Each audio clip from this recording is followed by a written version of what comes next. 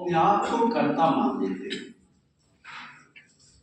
और ये सोचते हैं कि मैं जो करूंगा वही होगा, इसलिए वो ओवर थिंकिंग में चले जाते हैं। देखिए, कर्म करना एक चीज होता है और कर्तापन का भाव दूसरी चीज है। भगवान श्री कृष्ण ने कहा कि कर्म तो तुझे करना पड़ेगा, there is no shortcut method. कर्मण्येवाधिकारस्ते मां फलेषु कदाचन मां कर्मफल हेतुर्भुमा ते संगोषत्व कर्म। कर्म तो करना पड़ेगा, परंतु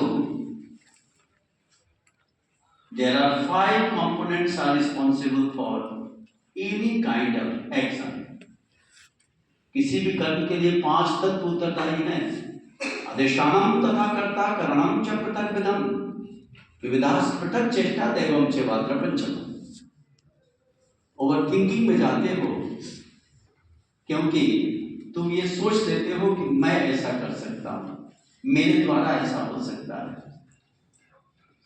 परंतु मेरा को हटा दो तो ओवर थिंकिंग खत्म हो जाएगा। मैं कर रहा हूं, I will perform my duty with honesty and sincerity,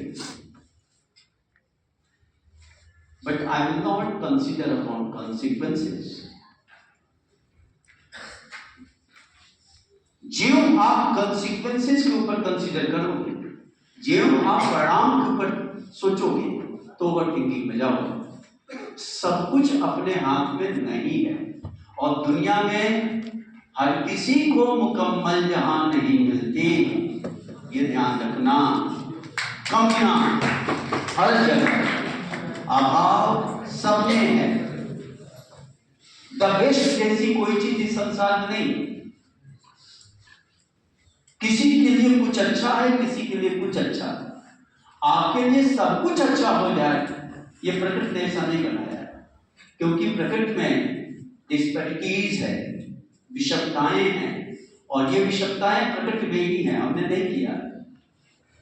तो आप कभी भी रिजल्ट ओरिएंटेड मत बनिए, एक्शन ओरिएंटेड बनिए।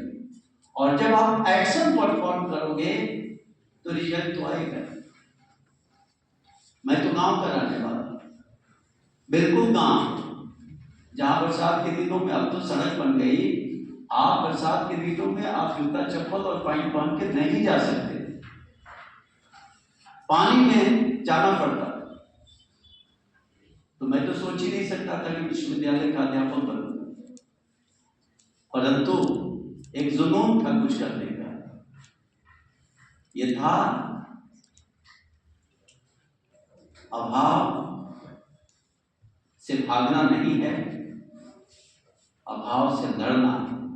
और जो अभाव से लड़ना सीख लिया वही बेटा सिकंदर होता है, इसलिए अभाव से लड़ना सीख।